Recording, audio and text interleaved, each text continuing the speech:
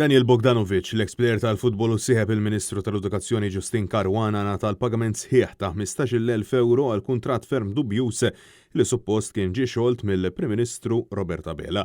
Wara analiżi li għamlet is-sit elettroniku The Shift News dwar Direct Orders tal-Ministeru għall-Edukazzjoni kien konfermati li Bogdanovic ġimħallas 15,000 euro għal kuntratt ta' 3 xhur, kuntratt li kien jobbliga iżur l-iskejjel tal-Istat u jfassal rakkomandazzjonijiet biex jitejjeb l-isport f'dawn l-iskejjel. Il-kuntratt ġie żvelat f'Marzu li għadda bil-mexxej Laburista Roberta Bela jisħaq illi kien waqqa l-kuntratt kontroversjali minnu fih.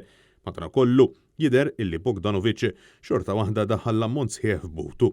Minkejja li kien jilgħab fost oħrajn ma' Barnsley u Blackpool snin ilu, il-kuntratt ta' Bogdanovic mal-Ministeru tal-Edukazzjoni xorta qajjem diversi dubji u xettiċiżmu kemm minħabba nuqqas ta' kwalifikazzjoni tiegħu f'dan is-settur kif ukoll minħabba r-relazzjoni li għandu ma' Justin Caruana.